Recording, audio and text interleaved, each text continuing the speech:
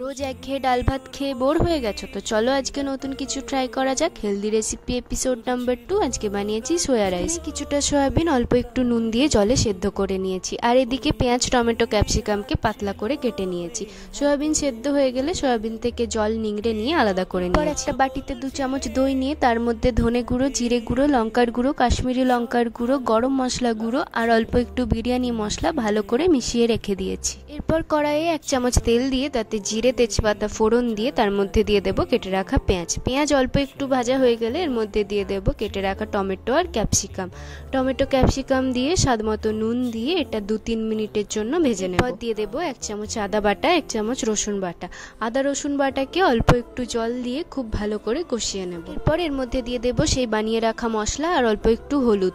এই সমস্ত কিছুকে ভালো করে কষিয়ে নিয়ে এর মধ্যে দিয়ে দেব সয়াবিন আর সুইট কর্ন। ভালো করে কষিয়ে নিয়ে এতে অল্প একটু জল দিয়ে ঢাকা দিয়ে 10 মিনিটের জন্য রান্না করে নেব। 10 মিনিট পর ঢাকা খুলে এর মধ্যে দিয়ে দেব 1 চামচ কেওড়ার জল। আমি এখানে স্বাদ মতো নুন দিয়ে ব্রাউন রাইস আগের থেকে সেদ্ধ করে রেখেছিলাম, সেই ভাতটা এর মধ্যে দিয়ে দেব। এখানে তোমরা যে কোনো লম্বা চালের ভাত ইউজ করতে পারো। আর 1 চামচ গোলমরিচ গুঁড়ো দিয়ে ভালো করে মিশিয়ে নিলেই তৈরি আজকে সোয়া রাইস। আমি রায়তা আর ফ্লেক্সিডের সাথে সার্ভ করেছি। বাড়িতে তোমরা অবশ্যই ট্রাই করবে। ভিডিওটা ভালো লাগলে লাইক কমেন্ট আর শেয়ার করবে। সবাই ভালো থাকবে। পরের দিন দেখা হচ্ছে অন্য কোনো রেসিপির সাথে।